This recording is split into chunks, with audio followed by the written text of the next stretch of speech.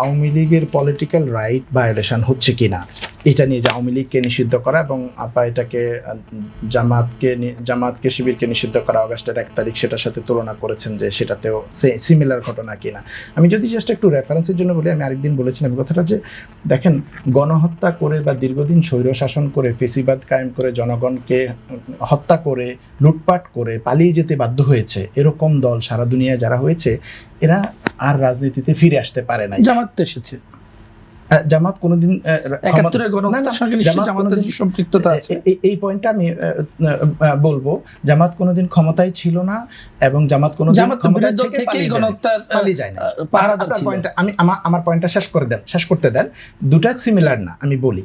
দেখেন 2024 সালে বাংলাদেশের পরপরই সিরিয়াতে গণ অভ্যুত্থান হয়েছে এবং সেখানকার দীর্ঘদিনের স্বৈরশাসক বাশার আল আসাদ পালিয়ে যেতে বাধ্য হয়। 1 মাসের মাথায় তার যে আরব সোশ্যালিস্ট পার্টি ছিল বাথ পার্টি নিষিদ্ধ করা হয়। 2011 সালে তিউনিসিয়া গণ অভ্যুত্থানের পরে সৌদি আরবে পালিয়ে গিয়েছিল জয়নাল আবদিন বেন আলী, তার party rally for constitutional democracy.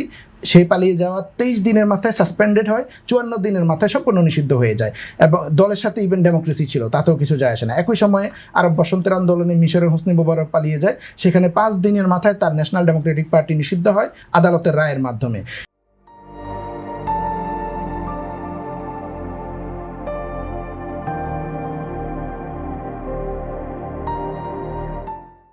দুই 2011 সালে গৃহযুদ্ধে গাদ্দাফির পতন হয়, সেখানে তার রেভলিউশনারি কমিটিজ মুভমেন্ট নিষিদ্ধ হয় 7 মাসের মাথায় এবং গাদ্দাফি পন্থী রাজনীতিকেও নিষিদ্ধ করা হয়। 14 সালে আপনি যে উত্তর দিচ্ছেন, এই দেশগুলোর একটি দেশও কি গণতান্ত্রিক রাষ্ট্র? না, গণতান্ত্রিক রাষ্ট্র হোক অগণতান্ত্রিক রাষ্ট্র, গণতান্ত্রিক ছিল না তো সেজন্যই হয়েছে। না, ওখানে তো গণতান্ত্রিক প্র্যাকটিসে যাচ্ছে না, ওটা তো ডিফারেন্ট সর্ট অফ স্টেট। দুনিয়ার যত দেশে এ ধরনের এই স্বৈর শাসকরা ছিল দীর্ঘদিন, এই তো মিশরে তো স্বৈর শাসক ছিল, তার পতন হয়েছে, তারপর ডেমোক্রেসি জিতেছে, আবার সেটা ভায়োলেট হচ্ছে, ডেমোক্রেসি সাস্টেইন করছে না, সেটা আরেক জিনিস।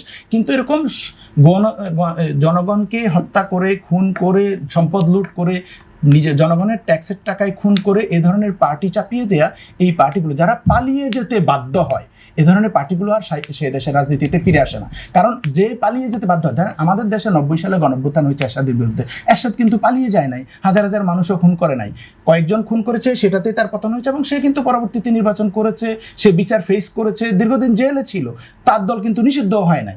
তা কেন শেখ হাসিনা পালিয়ে যেতে বাধ্য হলো এবং তার দল নিষিদ্ধ হলো? কারণ শেখ হাসিনা মাস মার্ডার করেছে, শত শত মানুষকে খুন করেছে এবং দেশকে লুটপাট করে একটা তলাবিহীন দেশ আমাদের জন্য রেখে গেছে, যেটা নতুন সরকার এসেও হিমশিম খাচ্ছে, এরকম অর্থনীতি রেখেছে। এরকম পালিয়ে যাওয়া দল আর ফিরে আসতে পারে না।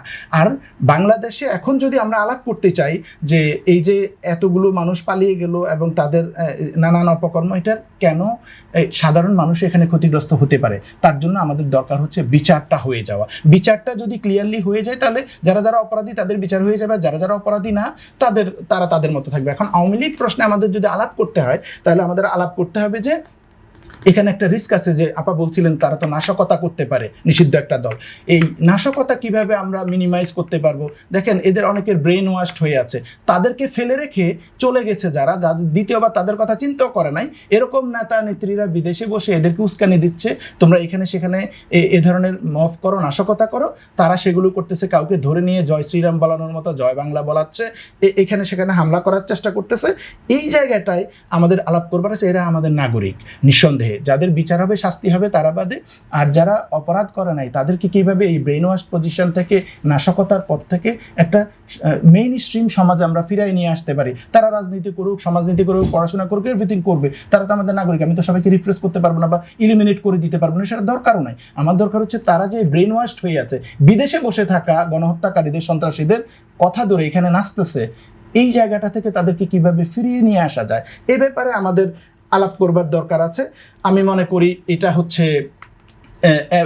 হচ্ছে আমাদের আওয়ামী লীগের প্রশ্নে আলাপ করবার বিষয়। আওয়ামী লীগ ফিরবে কি ফিরবে না এটা জনগণ রায় দিয়ে দিয়েছে 5 আগস্ট। কারণ 5 আগস্টেই হাসিনা পালিয়ে গেছে, মানে হাসিনার রাজনীতি শেষ, এবং এটা যে শেষ জনগণ যে মেনে নিয়েছে, এটার ভালো হচ্ছে এক্সাম্পল হচ্ছে আমাদের নির্বাচন। যদি আওয়ামী লীগের প্রশ্নেই মানুষ আটকে থাকতো, তাহলে কিন্তু এই নির্বাচনে এত স্বতঃস্ফূর্ত পার্টিসিপেটরি ইলেকশন হতো না। জনগণ কিন্তু বসে থাকে না যে আওয়ামী লীগ নাই আমি ভোট দিব না। হাসিনা কিন্তু বলেছে ভোট বাতিল বর্জন করো, হাসিনার কথা কিন্তু কেউ শুনে নাই। তার মানে অতীতে যারা আওয়ামী লীগকেও ভোট দিয়েছে তারাও কিন্তু এই বাস্তবতা মেনে নিয়েছে যে হাসিনা গণকে, হাসিনার রাজনীতি বাংলাদেশে আর নাই। এখন বিদ্যমান যেসব রাজনৈতিক দল আছে তাদের সেটা মধ্য অনেকে থেকে আমাকে সবাই বাছাই ভালো করে একটা নিয়ে ভোটের প্রত্যাশায় ভোট দিতে গিয়েছে। তারা ভোট দিয়েছে। যদি হাসিনা যেমন 14 সালে 18 সালে হাসিনা একক ইলেকশন করছে না, সব দলকে বাদ না, আমি দিয়ে বলছি যে 5% ভালো মানুষ ভোট ভোটের দিয়েছে। প্রত্যাশায় মানুষ ভোট দিতে গেছে। কয় পার্সেন্ট মানুষ হাসিনার আমলে ভোট দিয়েছে? 2-4-5% মানুষ ভোট দিতে যায় না। তার মানে হচ্ছে যে ইভেন এই এবারে আপনি যদি যদি এরকম হতো প্রশ্নটা আসতেন একটু। তাহলে হচ্ছে আওয়ামী লীগের কথায় তার মানুষ ভোট দিতে যেত না। আপনার প্রশ্নটা যেটা যে এটিএম আজহার সাহেব বলেছেন যে এইটা আমি পলিটিক্যাল রেটরিক মনে করি। দুই দলের মধ্যে এই ধরনের প্রতিযোগিতা হচ্ছে, কে আমার বিরোধিতা করছে, কে কার বিরোধিতা করছে। জামাতকে নিষিদ্ধ করতে চায় সরকার, আমি দেখিনি সরকার এরকম কোনো স্টেটমেন্ট দিয়েছে। এটা উনি হয়তো পলিটিক্যাল একজন সংসদ সদস্য সংসদে বলেছেন, হ্যাঁ, যিনি সংসদে এই বলেছেন ধরনের বক্তব্য কি একটি মাঝার স্ট্যান্ডবাজি সংসদে? না, সংসদে যেই বিএনপির সংসদ সদস্য জামাতকে নিষিদ্ধ করতে চেয়েছেন, এটা তো সঠিক বক্তব্য হয়নি। আমার মনে হয় উনি কথার কথা হিসেবে বলে ফেলছেন, কিন্তু সংসদের প্রধান বিরোধী দলকে নিষিদ্ধ করবে এ ধরনের চাওয়া এটা একটা ফেসিবাদী কথা।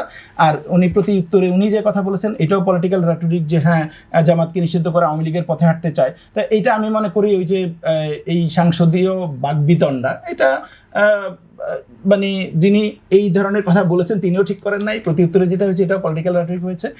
আমার মনে হয় না এটার সিরিয়াস কনসিকুয়েন্স আছে।